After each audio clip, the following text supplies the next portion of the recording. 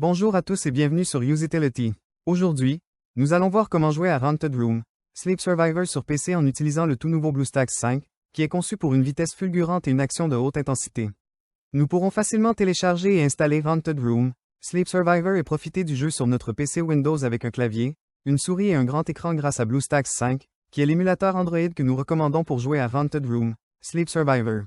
Alors sans plus attendre, passons à l'action. Tout d'abord mes amis, la première action à réaliser est de lancer notre navigateur web préféré. Nous avons ici celui que nous utilisons le plus.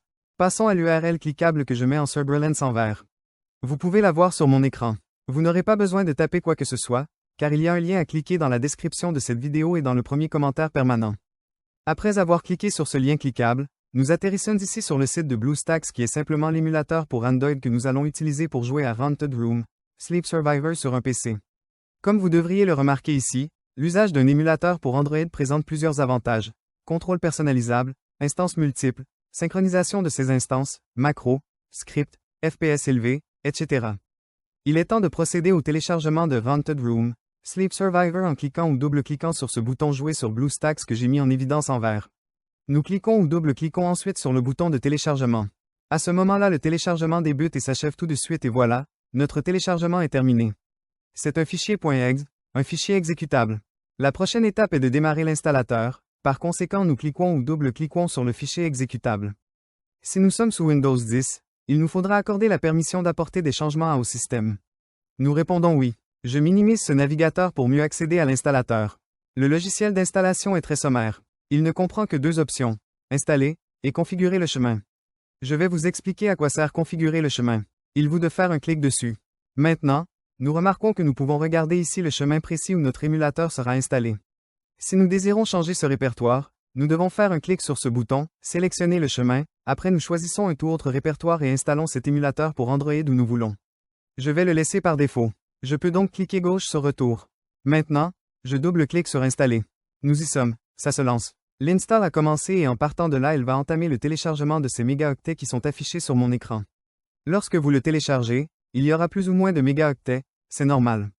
La vitesse de téléchargement sera plus ou moins véloce, en fonction de la Internet et de la disponibilité des serveurs de cet émulateur pour Android. Maintenant, cela va très vite. Le téléchargement est terminé, et on passe maintenant à la phase d'installation. Avec BlueStacks 5, vous pouvez même réduire l'utilisation de la RAM en un seul clic. C'est particulièrement utile si vous rencontrez des problèmes de performance. En outre, vous pouvez activer le mode écho pour profiter d'une utilisation du CPU réduite de 87%, d'une utilisation du GPU réduite de 97% et d'un multitâche plus facile. Comme vous pouvez le constater, BlueStacks 5 est conçu pour offrir stabilité et performance lors de longues sessions de jeu. L'installation est déjà terminée pour moi. Maintenant, l'émulateur Android s'est lancé sans intervention de ma part. Comme vous pouvez le constater, dans le bas de mon écran, vous pouvez remarquer une barre de progression qui va se comporter comme une jauge qui se remplit ainsi quand elle atteindra la fin, notre émulateur sera lancé pour la première fois.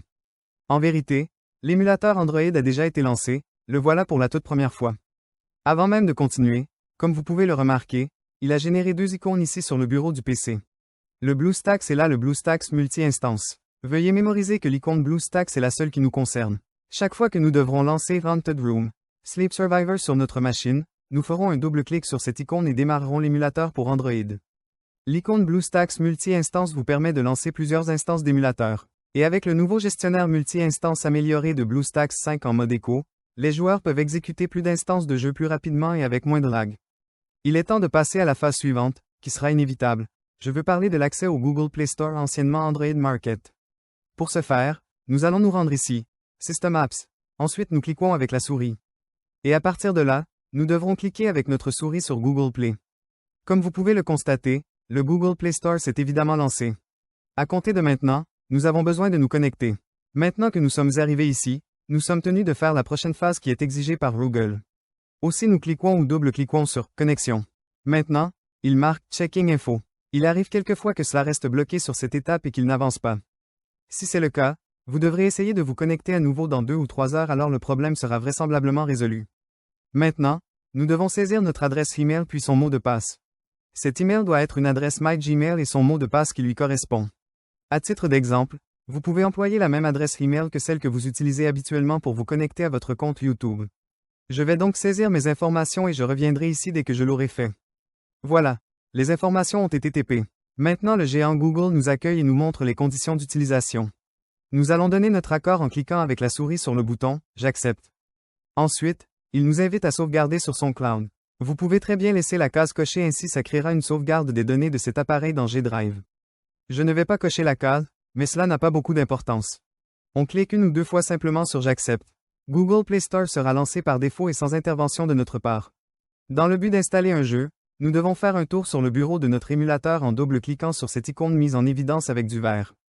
Désormais, puisque nous avons accédé au bureau de l'émulateur pour Android, nous pouvons voir que nous avons à notre disposition ce bouton Installer le jeu. Nous cliquons ou double-cliquons sur ce bouton. À cet endroit, nous avons sous les yeux le jeu. Sans plus attendre, cliquons avec la souris ici même sur le bouton Installer, que je surligne juste pour vous en vert. Et à partir de là, l'install va se lancer. À partir de maintenant, l'émulateur va récupérer le jeu et lancer l'install du jeu. Cela peut aller plutôt lentement ou être extrêmement rapide. Tout cela est en fonction de la qualité de notre connexion Internet. Ça y est, notre install est déjà terminé. Tout de suite, allons sur le bureau de cet émulateur pour Android en cliquant une ou deux fois sur ce bouton que je surligne en vert, de sorte à démarrer Haunted Room, Sleep Survivor pour la toute première fois. Nous arrivons déjà sur le bureau de cet émulateur pour Android, et nous nous apprêtons à cliquer gauche sur cette nouvelle icône Haunted Room, Sleep Survivor qui a été créée. Le jeu est démarré pour la première fois. C'est top, je peux cliquer avec notre souris à n'importe quel endroit sur l'écran et aussi me servir du clavier. Je vais vous expliquer le niveau de volume de l'émulateur pour Android.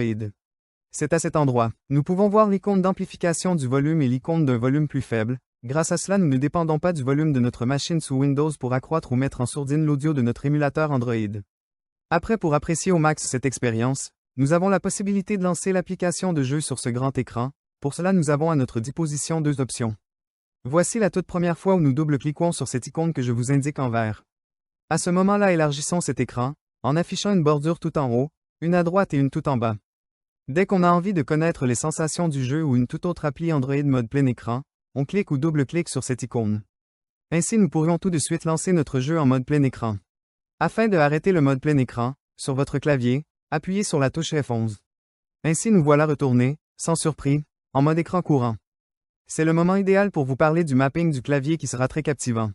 Ainsi, nous serons en mesure d'utiliser le jeu beaucoup plus aisément. La première action à effectuer consiste à cliquer gauche sur cette icône de clavier. Et là, vous allez pouvoir réaliser les modifications nécessaires. En ce qui me concerne, je vais aller à l'essentiel en conservant la configuration par défaut.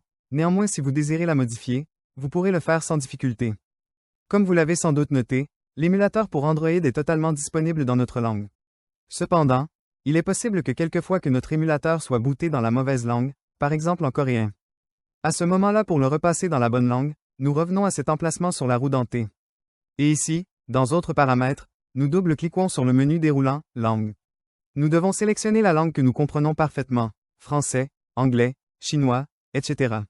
Une fois la langue sélectionnée, il nous faut sauvegarder, notre émulateur relance et notre jeu, la toute prochaine fois que nous le lancerons, nous accueillera aussi la langue sélectionnée. Désormais, il existe un point de plus que nous devons prendre en compte. Je veux parler du fait que nous recevrons un My Email nous informant qu'un nouvel appareil a été connecté à notre compte Google.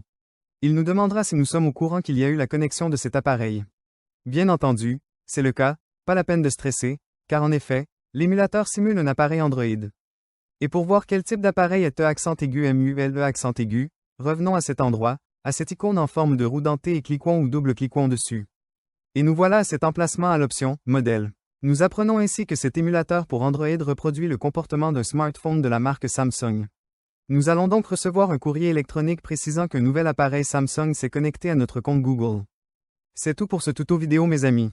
Je souhaite de tout cœur qu'il vous ait plu, et mieux encore qu'il vous sera utile. Si oui, donnez-lui un bon like, abonnez-vous, et si vous avez des commentaires, des questions à me poser ou des suggestions à faire, laissez-les dans la boîte de commentaires ci-dessous.